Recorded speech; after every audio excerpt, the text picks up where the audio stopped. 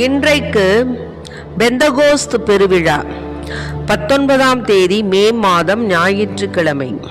இன்று தேவன் நமக்கு தரும் ஜீவநீரூற்றான இறை வார்த்தைகள் திருத்தூதர் பணிகள் நூலிலிருந்து வாசகம். இயல் 2 இறை வார்த்தைகள் 1-11 முடிய.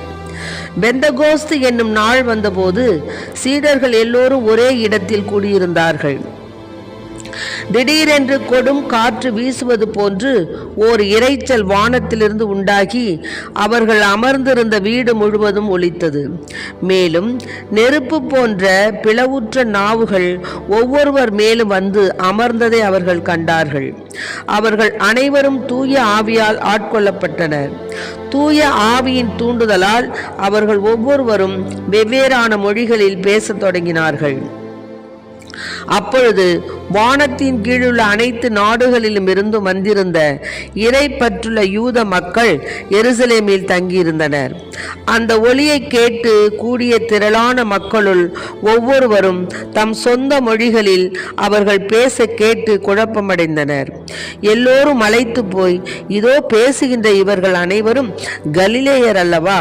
அவ்வாறு இருக்க நம்முடைய தாய்மொழிகளில் இவர்கள் பேசுவதை நாம் ஒவ்வொருவரும் கேட்பது எப்படி என வியந்தனர்.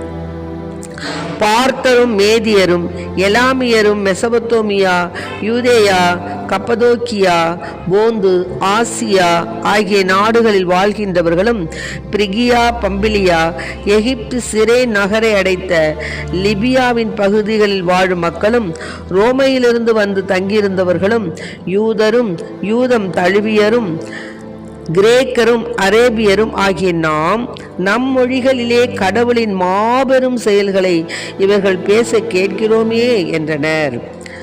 ஆண்டவரின் அருள்வாக்கு. இறைவா மக்கு நன்றி. உன்னதத்தின் ஆவியை உந்தன் பக்தர் உள்ளத்தில் ஊற்ற வேண்டும் இந்த நாளிலே, உலகம் எங்கும் சாட்சி நாங்களே. உன்னதத்தின் ஆவியை முந்தன் பக்தர் உள்ளத்தில் ஊற்ற வேண்டும் இந்த நாளிலே, உலகம் எங்கும் சாட்சி நாங்களே. பெந்தகோஸ்து பெருவிழாவிலே பெருமழை போல் ஆவி ஊற்றினீர். பெந்தகோஸ்து பெருவிழாவிலே பெருமழை போல் ஆவி ஊற்றினீர்.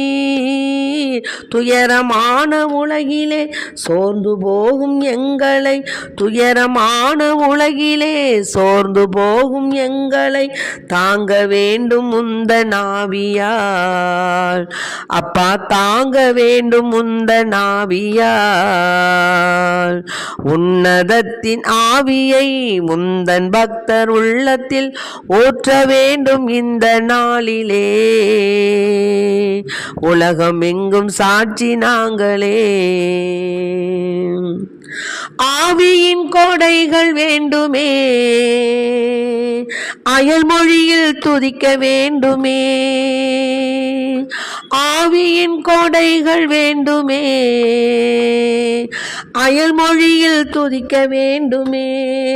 ஆற்றலோடு பேசவும் அன்பு கொண்டு வாழவும், ஆற்றலோடு பேசவும் அன்பு கொண்டு வாழவும் ஆவி ஊற்றும் அன்பு தெய்வமே. அப்பா, ஆவி ஊற்றும் அன்பு தெய்வமே. உன்னதத்தின் ஆவியை உந்தன் பக்தர் உள்ளத்தில் ஊற்ற வேண்டும் இந்த நாளிலே,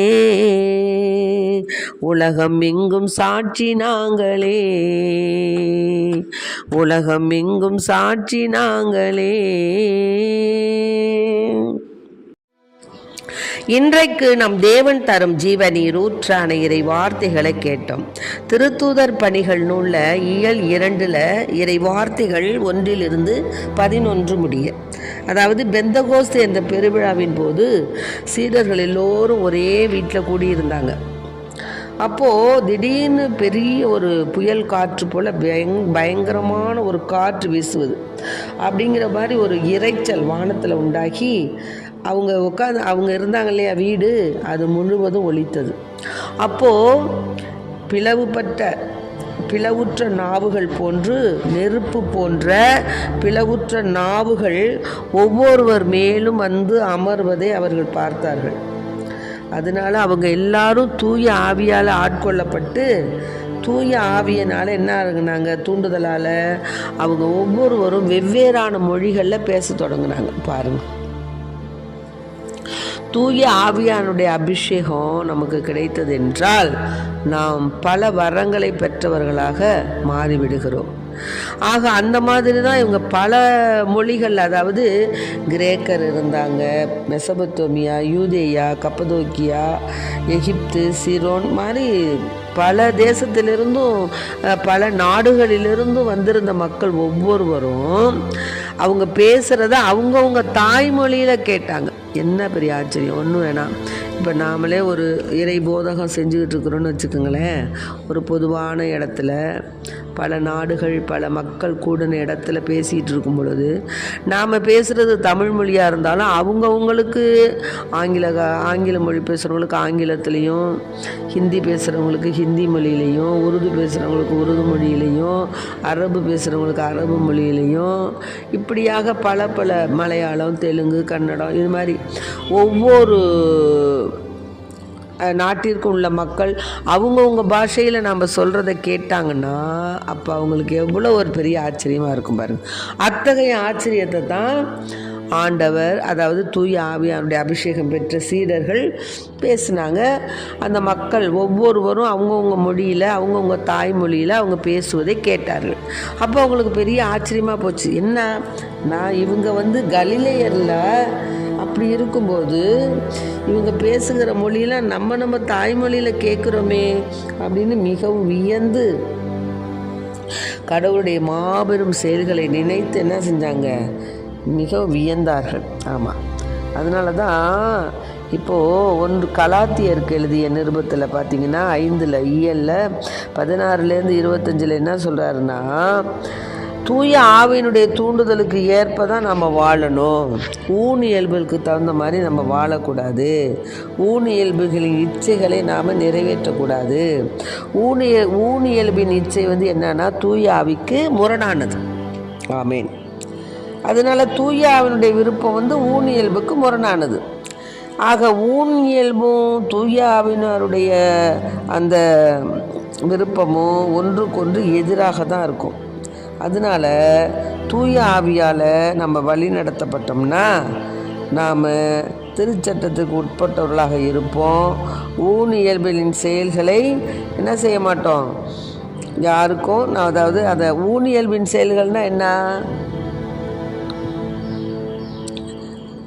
அதாவது இயல்பின் செயல்கள் பரத்தமை, கெட்ட நடத்தை, காமவெறி, சிலை வழிபாடு, பில்லி சூனியம், பகைமை, சண்டை சச்சரவு, பொறாமை, சீற்றம், கட்சி மனப்பான்மை, பிரிவினை, பிளவு, அழுக்காறு, குடிவெறி, களியாட்டம், இதெல்லாம் தூய ஆவியானுடைய அபிஷேகத்திற்கு விரோதமான செயல்பாடுகள்.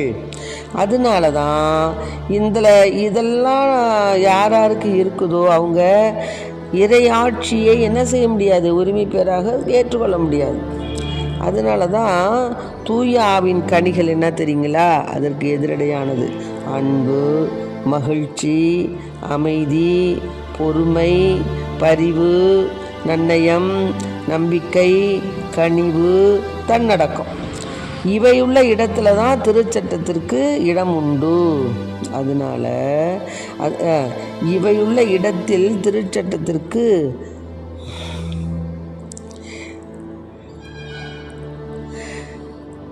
தூய ஆவியின் கனிகளான இத்தகைய வரங்கள் பெற்றோம் என்றால் திருச்சட்டத்திற்கு இதற்கு இடமில்லை. கிறிஸ்து இயேசுவுக்கு உரியவர்கள் தங்கள் இயல்பை அதன் இழிவுணர்ச்சிகளோடும் இச்சைகளோடும் சேர்த்து சிலுவையில் அறைந்து விட்டார்கள். தூய ஆவின் துணையினால் தான் நம்ம வாழ்கிறோம். எனவே அந்த ஆவி காட்டும் நெறியில் நாம் நடக்க முயலணும். தூய ஆவியே எழுந்தருளி வாரும், உம்மில் நம்பிக்கை கொண்டோரின் இதயங்களை நிரப்பியறலும், அவற்றில் உமது அன்பின் தீ பற்றி எறிய செய்தரலும். ஆண்டவரே, உம் ஆவி அனுப்பி மண்ணகத்தின் முகத்தை புதுப்பிக்கின்றீர். அதனால தான் பெந்தகோஸ்து பெருவிழாவின் பொழுது சீடர்கள்லாம் ஒருமித்து கூடியிருந்த பொழுது தூய ஆவியானவர் அக்கினி ரூபமாக, பிளவுற்ற நாவு ரூபமாக அவர்கள் மேலே இறங்கினதுனால அவங்க பல மொழிகளை பேசினாங்க. நான் சொன்ன அந்த ஊனியல்புக்கு ஏற்ற செயல்பாடுகளெல்லாம் அவங்க நீக்கினாங்க. தூய ஆவியானவருக்குள்ள செயல்பாடுகளான அன்பு, கனிவு, மகிழ்ச்சியோடு அவர்கள் வாழ்ந்தார்கள். ஆகவே இதை கேட்டுக்கொண்டிருக்க அன்பார்ந்த பிள்ளைகளே, நாம் ஊனியல்புக்கு தகுந்தபடி வாழாமல் தூய ஆவியாருடைய துணை கொண்டு நாம் வாழ வேண்டும். அப்படி வாழும் பொழுது நமக்கு அரிய பல வரங்கள் கிடைக்கும். தூய ஆவியானவர் நல்ல ஒரு நேர் வழியிலே நம்மை நடத்துவார். தூய ஆவியானவர் நேர் வழியிலே நம்மை நடத்தும் பொழுது நம்முடைய சிந்தனை, சொல், செயல்கள் எல்லாமே பரிசுத்தமாக மாற்றப்படும். ஆகவே தூய ஆவியானவர் நம்மில் எழுந்து வர, அவருடைய அபிஷேகம் நமக்கு கிடைக்க, மீண்டும் மீண்டும் மீண்டும் மீண்டும் மீண்டுமாக ஆண்டவருக்குள் நாம் ஆண்டவரை தியானித்து அத்தகைய வரத்தை நாம் கேட்போம். ஆமென். Praise the Lord. மரியே வாழ்க.